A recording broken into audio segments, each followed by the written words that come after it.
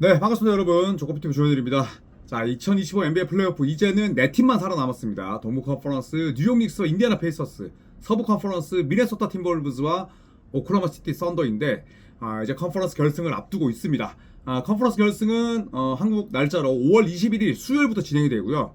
퐁당퐁당입니다. 그래서 매일 경기가 있는데 빨리 끝나게 되면 이제 점점 NBA 경기가 사라지게 됩니다. 상당히 또 아쉬울 수밖에 없는데 그래도 남아있는 컨퍼런스 결승과 NBA 파이널 저희 조코피TV와 함께 재밌게 즐겨주시죠. 자, 기가 막힙니다. 숫자로 보는 2025 NBA 플레이오프 여러가지 기록들을 한번 정리를 해봤는데 함께 만나보시죠. 첫 번째 숫자는 럭키 7, 7입니다. 그런데 이 7시즌 동안에 참 기가 막힌 일들이 많이 일어났어요. 그게 뭐냐? 바로 7시즌 동안 7개의 서로 다른 챔피언이 탄생했습니다. 이게 아직까지 형 2025 NBA 파이널 안 정해졌잖아. 그런데 누가 우승하더라도 지난 7년 동안에 단 한 번도 우승을 달성할 수 없는 팀이 주인공이 됩니다. 2019년 토론토, 20년 버블 레이커스, 21년 미러키, 피닉스를 상대로 0대2로 지고 있다가 4대2로 뒤집었죠. 네, 그리고 2022년 골든 스테이트 워리어스, 2023년 덴버, 그리고 24년은 보스턴이었습니다. 그리고 25년은 남아있는 네 팀 가운데 누가 우승하더라도 새로운 챔피언이 되죠. 이거는 군웅할 것이 되었던 1970년대 NBA에도 없던 일이에요.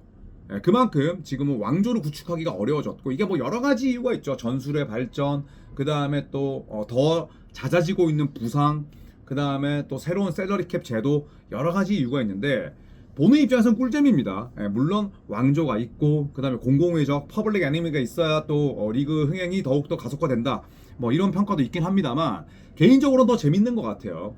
자, 그런데 이 네 팀 뉴욕 닉스, 인디애나, OKC, 미네소타 살펴보면 딱 뉴욕 닉스만 우승 경험이 있습니다. 언제? 1973년이 마지막이에요. 제가 롯데 자이언츠 팬인데 롯데 자이언츠의 마지막 우승이 1992년입니다. 바르셀로나 올림픽 때. 그러니까 지금 몇 년 됐나요? 롯데가 우승한 지도 지금 33년 됐는데 뉴욕이 지금 우승한 지는 50년이 넘었습니다. 1973년 마지막 우승이고, 인디애나, 오클라호마 시티 썬더, 미네소타는 단 한 번도 NBA에서 우승한 적이 없어요. 그래서 어떤 팀이 우승하든 기가 막힌 스토리가 마련되는 셈입니다. 자, 어쨌든 NBA 역사상 최초로 7시즌 동안 서로 다른 7개 챔피언이 탄생한다는 것 여러분 기억해 주시면 될 것 같습니다. 자, 그리고 숫자 2입니다. 2라운드의 저주를 맛보고 있는 디펜딩 챔피언인데요. 일단 2020년 이후에 디펜딩 챔피언 전년도 우승팀이 이듬해에 죄다 2라운드 통과조차 하지 못했습니다. 자, 2020년에 버블에서 레이커스가 우승 달성했죠. 21년 피닉스를 상대로 1라운드 탈락했고요. 2대4로. 2022년 미러키는 보스턴을 맞아서 2라운드에서 3대4로 아쉽게 탈락했습니다. 컨퍼런스 결승에 가장 가까이 갔던 팀이긴 하고요. 2023년 골든스테이트가 전년도 우승팀이었는데 레이커스를 맞아서 2라운드에서 2대4로 졌습니다. 그리고 2024년 덴버와 미네소타, 이 덴버가 결국 미네소타에게 3대4로, 그것도 홈에서 졌죠. 2022년 미러키와 뭐 비슷한 사례고요. 2025년 보스턴이 뉴욕 닉스를 상대로 2라운드에서 2대4로 졌습니다. 자, 이로써 지난 5년 연속 전년도 우승팀 아예 2라운드 통과조차 하지 못했습니다. 과연 2026년 플레이오프에서도 이런 기록이 이어질지가 궁금합니다.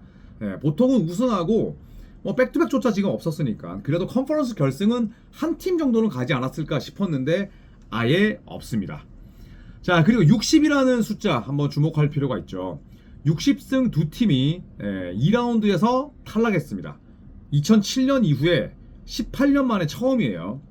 2007년에는 댈러스가 67승 15패였습니다. 심지어 저 67승 달성했을 때 리그 시작을 4연패로 시작했어요.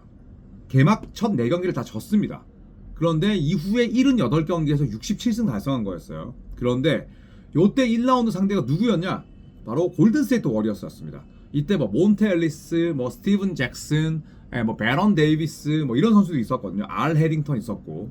그러니까 지금 스테픈 커리가 오기 전 골든스테이트 워리어스가 인기팀이 되기 전이었는데 뭐 그 당시 오클랜드에 있는 팬들은 골든스테이트 워리어스의 경기를 계속 매진시키긴 했어요. 그런데 인기가 뭐 있었거나 꾸준한 성적을 냈던 팀은 아니었는데 이때 놀랍게도 8번 시드로서 댈러스 1번 시드를 잡아냈습니다. 그러면서 댈러스는 1라운드 탈락을 했고요. 덩 노비츠키가 이때 정규 시즌 MVP였는데 트로피를 택배로 받았습니다. 네. 보통 2라운드 홈 경기에서 MVP한테 트로피를 주거든요. 조기 탈락하는 바람에 굉장히 씁쓸하게 찍었고, 그리고 피닉스 선즈가 이 시즌 때 61승을 기록했죠. 스티브 내시가 이끌던 팀이었고, 그런데 샌안토니오 스퍼스를 맞아서 2라운드에서 탈락합니다. 2대4로. 그로부터 18년 뒤 클리블랜드와 보스턴이 나란히 64승, 61승을 기록을 했는데, 클리블랜드는 인디애나에게 1대4, 보스턴은 뉴욕에게 2대4로 집니다. 그래서 2007년 이후로 처음으로 60 플러스 승 두 팀이 2라운드에서 탈락하는 또 새로운 역사까지는 아니지만 오랜만에 또 이런 기록이 나왔습니다. 자, 그리고 1980을 얘기할 수 있는데요. 저도 1980년생이긴 한데 1980년대생 슈퍼스타의 시즌 종료가 굉장히 이르게 다가왔죠. 그리고 이 세대 교체를 주도하고 있는 선수가 바로 미네소타 팀볼브즈의 1옵션 앤트맨 앤서니 에드워즈입니다. 자, 앤서니 에드워즈는 2024년 플레이오프 이후에 KD 보냈습니다. 작년 플레이오프에서 KD를 보냈죠. 그리고 르브론 제임스를 올해 플레이오프에서 집으로 보냈어요. 2라운드에서는 스테픈 커리를 돌려보냈습니다. KD, 르브론 제임스, 스테픈 커리. 2024 파리올림픽 미국 금메달의 또 주역이자 NBA를 대표하는 최고 스타라 볼 수 있죠. 이 세 명을 에드워즈 혼자서 2년 동안 다 보내버렸고요. 그 탓에 1980년대생 대부분이 2라운드에서 시즌을 종료했습니다. 러셀 웨스트브룩도 지금의 위치가 KD나 르브론이나 혹은 커리만큼은 아니지만 웨스트브룩의 덴버도 결국 2라운드 탈락을 했고요. 디안드레 조던도 88년생이긴 합니다. 이제 생존한 1980년대생 제대로 뛰고 있는 선수들만 칩시다. 인디애나 제임스 존슨 같은 선수들 빼고요. 생존한 1980년대생은 앤트맨 동료인 마이크 콘니가 유일합니다. 알 호포드도 86년생인데 결국 보스턴이 시즌을 접으면서 탈락했죠. 자, 르브론이 84년생, 듀란트와 커리가 88년생 동갑이고, 마이크 콘니는 듀란트 커리보다 한 살이 더 많은 87년생인데 과연 1980년대생 선수가 끝까지 살아남고 또 우승을 달성할 수 있을지. 그리고 앤트맨 이제는 그동안 르브론 보냈죠. 듀란트 커리까지 어떻게 본다면 좀 베테랑 팀들을 만났습니다. 하지만 앤트맨의 컨퍼런스 결승 상대는 젊고 빠르고 날래고 에너지가 정말 차고 넘치는 OKC거든요. 그래서 더욱더 또 기대가 되고 궁금합니다. 자, 그 다음에 숫자 4와 6을 동시에 한번 써봤는데요. 일단 서부 컨퍼런스 기준으로 숫자 4와 6입니다. 자, 4번 시드와 맞붙은 상대를 모두 7차전 혈투를 펼쳤죠. 4번 시드의 주인공은 다름 아닌 덴버 너게츠였고, 덴버 너게츠는 1라운드에서 클리퍼스 만나서 7차전, 2라운드에서는 OKC 만나서 7차전이었습니다. 그래서 덴버 너게츠는 1라운드와 2라운드를 연달아 7차전까지 펼쳤고, 이게 니콜라 요키치에게 벌써 세 번째 있는 경험이었어요. 자, 그런데 6번 시드와 맞붙은 상대는 5경기 만에 탈락했습니다. 6번 시드는 미네소타였죠. 그런데 미네소타가 3번 시드 레이커스 만나서 미네소타 인 5, 2라운드에서는 골든스테이트 7번 시드 만나서 미네소타 인 5였습니다. 자, 그렇기 때문에 과연 미네소타가 또 5경기 만에 끝낼 수 있을지, 혹은 덴버 너게츠를 만나고 7차전을 펼쳤던 OKC가 홈코트 이점을 살릴 수 있을지, 이것도 궁금하고요.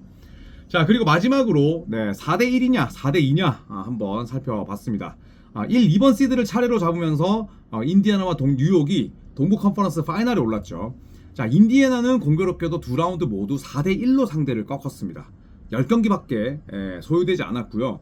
뉴욕은 두 라운드 전부 다 4대2로 끝냈습니다. 뉴욕이 디트로이트를 4대2, 또 보스턴을 4대2로 꺾었는데 12경기가 쓰였죠. 자, 2024년 플레이오프 2라운드에서 뉴욕과 인디애나가 만났습니다. 그 당시에는 인디애나가 뉴욕을 4대3으로 꺾고 동부 결승행을 확정했는데, 뉴욕 닉스는 그 당시에 시리즈를 거듭할수록 부상자들이 계속 생겨났어요. 반면 인디애나는 건강했었고, 결국에는 인디애나가 2대3으로 끌려가고 있다가 6차전, 7차전 내리잡고 결승 갔습니다. 자, 그리고 뉴욕 닉스가 1999년 이후로 처음으로 컨퍼런스 결승을 갔습니다. 그리고 그 당시에 계속 또 인디애나 페이서스와 맞붙었었는데 98, 99 시즌 때는 뉴욕 닉스가 인디애나를 꺾었고요. 반대로 그 이듬해 인디애나 페이서스가 2000년에 NBA 파이널에 가게 되는데 그때 뉴욕 닉스를 반대로 꺾은 적이 있습니다.